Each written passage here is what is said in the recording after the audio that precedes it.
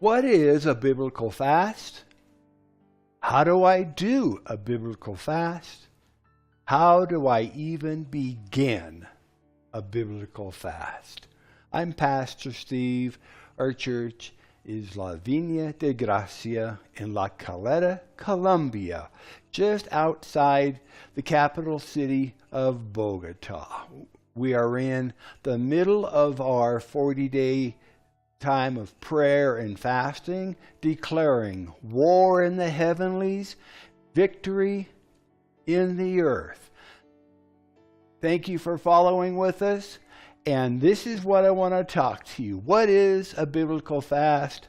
How do I do a biblical fast? Where do I even begin? Always lots of questions. So I want to share with everyone some practical tips and comments on fasting, and in particular, some things that I do personally.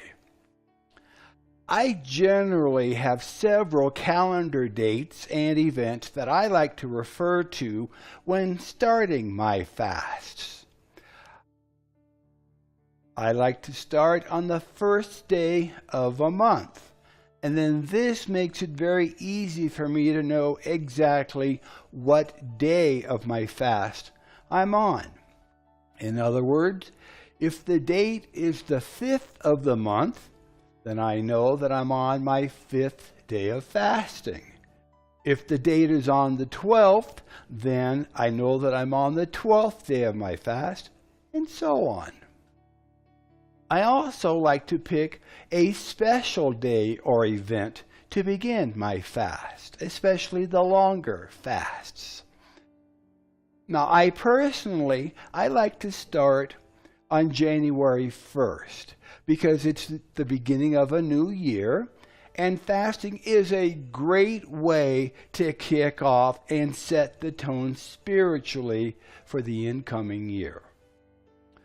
I also like to use my birthday to start my fasting. It is obviously an important date for me, and although it does make it a little more complicated to track the actual days that I have been fasting, you can use any date or special event that makes sense to you.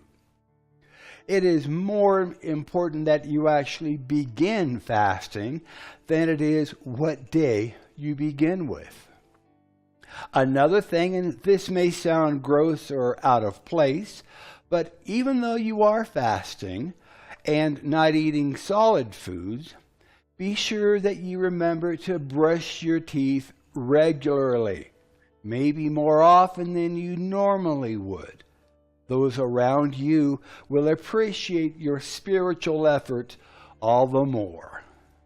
So there are two types of fasts commonly practiced by Christians today: a partial fast and a complete fast.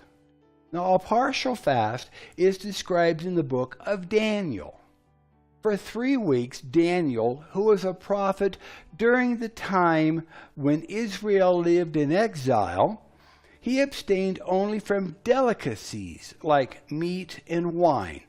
You can read this in Daniel chapter 10, verse 3. A complete fast means drinking only liquids or sometimes juice when fasting for an extended period. Juice fasts will provide you with more energy than water-only fasts and still lead you into the humbling experience of denying your desire for solid, chewable food. If you are new to fasting, start slowly. Progressive steps helps your body become accustomed to the drop in food intake. You can start by fasting 1 meal a day, 1 day a week, or 1 week a month. As fasting becomes a part of your spiritual lifestyle, you will be able to increase the number of times and the length of your fasts. Fasting is a marathon, it is not a sprint. So in preparing for the fast, The normal fast involves abstaining from all forms of food, but not from water, and commonly lasts 24 hours, usually from sunrise to sunrise. If you are fasting for the first time, you might begin by missing a meal or two. Over time, you can build up to a full day or more. Begin by refraining from solid food, but drink liquids. Water is the best, since soft drinks are not good for the digestive system, and coffee and tea stimulate the nervous system. Before beginning a fast, it is best to eat lightly and cut back on caffeinated drinks. During the first few days of a multi-day fast, it is common to experience headaches as the body withdraws from caffeine. Now, in my experience of both short and long fasts, the first couple of days are generally the hardest because of habit eating. After the third day, I have found that fasting is fairly easy to continue. Now, although I will declare a specific time of fasting, if I find myself feeling very hungry, I will pray and ask the Lord if this should be the stopping point in the fast or if I should continue. Generally, for the more experienced fasters, once hunger returns, it is time to end the fast. One example of this is found in Matthew chapter 4, verse 2. Matthew 4, verse 2. And when he, Jesus, had fasted 40 days and 40 nights, he was afterwards hungry. So if you are planning for an extended fast, say more than 14 days, you should prepare mentally and physically by cutting down on food intake 1 week before the actual fast, taking on a vegetarian type diet to control cravings for food. Reduce your intake of beverages like coffee, tea, and soft drinks as well. Drink plenty of water. And this is always a good idea, whether you're fasting or not. And stop watching television. You will soon discover how much advertising goes on about food. In the morning, you're going to see advertising for lunch. At lunchtime, you're going to see advertising for dinner. Around dinner time, late into the evening, you're going to see advertising for snacks, after school, in between meals and treats. So stop watching television. You will discover that it is so much easier when you're not being inundated with advertising promoting what you deserve to eat at lunchtime. So it's your choice, but I found it easier to eliminate or reduce watching the TV. Now, during the fast, set aside specific and significant time to worship and seek God in prayer. Plan ahead so that your time can be unhurried and conducive to enjoy the Lord. Many people begin this time by repenting of any sins the Lord brings to mind and asking for God's forgiveness. This is essential to ensure that sin is not hindering your communications with the Lord. Then plan time to make your requests known to God and to seek His will. Take breaks to study scripture passages that you have chosen. And do not rush your time with God. Take time to listen. Ask, then listen. Keep a notebook and pen nearby to record the ideas, the insights, the directions, and instructions that He impresses upon your mind. When you turn down the noise of Western civilization by fasting, you can more easily hear the voice of our God. Continue to drink plenty of water. Apple or watermelon juice is a great morale booster. And sleep early. The first days of the fast are usually the most challenging. Persevere through this period. Press in and move on. Consult your doctor if you are unsure of any headaches or bodily reactions. When it comes time to breaking the fast, to ending it, breaking the fast may require as much discipline as beginning it. During the fast, your stomach contracts and your body's digestive and elimination systems are at rest. The longer you fast, the more the digestive organs need to reactivate before functioning at full speed. If you plan to fast only 1 or 2 days at a time, it is best to end the fast with a small glass of fruit juice as your first meal. Gradually introduce small amounts of easily digestible foods such as yogurt, soup, fresh fruit, and cooked vegetables. If your fast continues longer than just a few days, you should continue with juices for a day or more before gradually introducing more substantial foods like yogurt, soup, and fruit.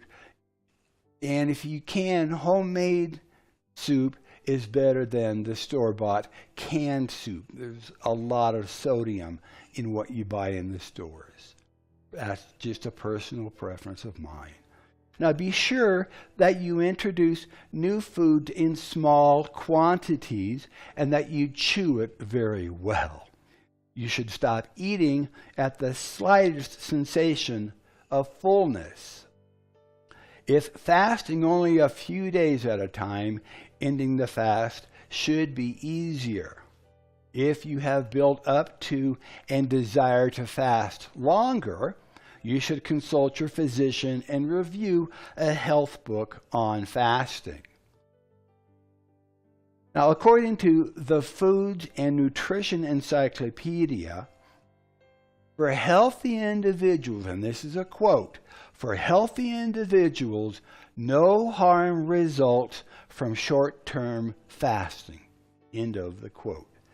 The average person can go without food between 21 and 40 or more days before the body begins to eliminate vital tissue, called starvation. I'm going to read that. I'm going to say that again. The average healthy person can go without food between 21 and 40 or more days before the body begins to eliminate vital tissue. If you have underlying health issues such as pregnancy, anemia, behavioral disorders, or other chronic health problems, you should never fast without consulting a physician first. So, what if you fail at fasting? What if you get partway through and grab a meal?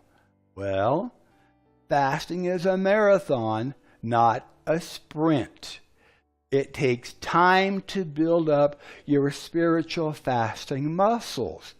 If you fail to make it through your first fast, don't be discouraged.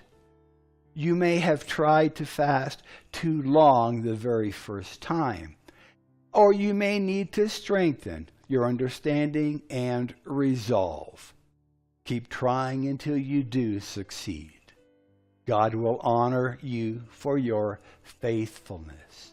There have been times in my fasts that I wanted to go a certain length of time, and I only made it 10 days into it.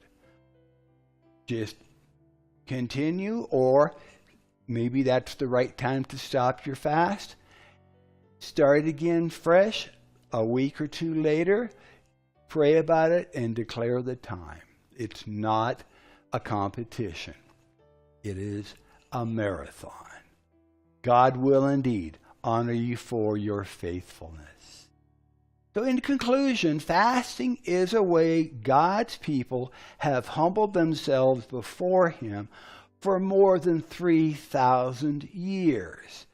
Jesus, David, and many other followers of our God have gone without food for a little while to worship and pray to the one who supplies all of our needs. You will be in good company along your dedicated time of prayer and fasting. Preparation is planning with a purpose. Planning with a purpose is what preparation is all about. If you will set aside a little time and seek the Lord about your reasons for fasting and for how long your fast should be, you will have great success. Start slow and easy, making fasting and prayer a regular part of your spiritual exercise in life.